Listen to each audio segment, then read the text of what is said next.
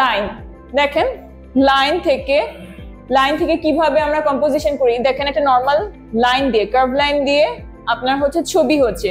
এরকম অনেক interior design হয়, রুমে কিছুই নেই, একটা জাস্ট হোয়াইট কালারের ব্যাকগ্রাউন্ড, তার মধ্যে জাস্ট একটা মনে করেন 4 ফিট বাই 7 ফিটের কিংবা 4 ফিট বাই 6 ফিটের একটা হলো ছবি আছে, ছবির মধ্যে এই যেরকম লাইনের কম্পোজিশন। লাইনে যেহেতু আমি আপনাদের প্রিভিয়াস ক্লাসে করছি, আমি এত ডিটেলে লাইনে যাচ্ছি না। এক্সাম্পল গুলো দেখেন, লাইন থেকে আমরা কি কি ক্যারেক্টারিস্টিক্স পেয়ে থাকি, উইডথ পেয়ে থাকি, লেন্থ পেয়ে থাকি, ডিরেকশন পেয়ে থাকি, ফোকাস পেয়ে থাকি, ফিলিংস পেয়ে থাকি। মানে কি এইসব কথাগুলো যে এই যে ক্যারেক্টারিস্টিক্স গুলো আসতেছে, width, length, direction, focus, feeling, এগুলো কি হয় আপনি যখন ইন্টেরিয়র ডিজাইনে সিমেট্রিক্যাল ডিজাইন করেন, সেই সিমেট্রিক্যাল ডিজাইন থেকে উইডও পেতে পারি, ডিরেকশনও পেতে পারি, ফিলিংসও পেতে পারি, হ্যাঁ, কিংবা ফোকাসও এগুলো পেতে পারি। এখন দেখেন এই যে কত রকমের লাইন, যেগুলো আপনাদের প্রিভিয়াস ক্লাসের লাইন ছিল সেগুলোর এক্সাম্পল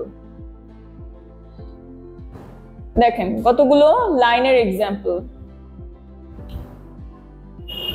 ভার্টিক্যাল লাইন্স, এই প্রজেক্টের ভার্টিক্যাল লাইন্স গুলো কি কি, ছবির মধ্যে পিলার চোখে পড়ছে, ফার্নিচার গুলার লম্বা লম্বা পিছনে যে সাপোর্ট গুলা সোফার, সেগুলো হচ্ছে আপনার ভার্টিক্যাল লাইন্স। তারপরে দেখেন আপনার গ্লাসের উপর যে হচ্ছে বার অ্যালুমিনিয়াম যে ফ্রেমিং গুলো আছে, এগুলো আপনার হলো ভার্টিক্যাল লাইন্স এর মধ্যে পড়ছে। তো টল ফার্নিচার, কলাম, এই দেখেন এই পাশেই আছে কি কি আমরা দেখতে পাচ্ছি, tall furniture, column, pillar, striped wallpaper, long narrow draperies, বুঝছেন? লং ন্যারো ড্র্যাপারিজ বলতে এই যে এগুলোকে বোঝাচ্ছে, এই যে স্ট্রিপ গুলোকে বোঝাচ্ছে গ্লাসের।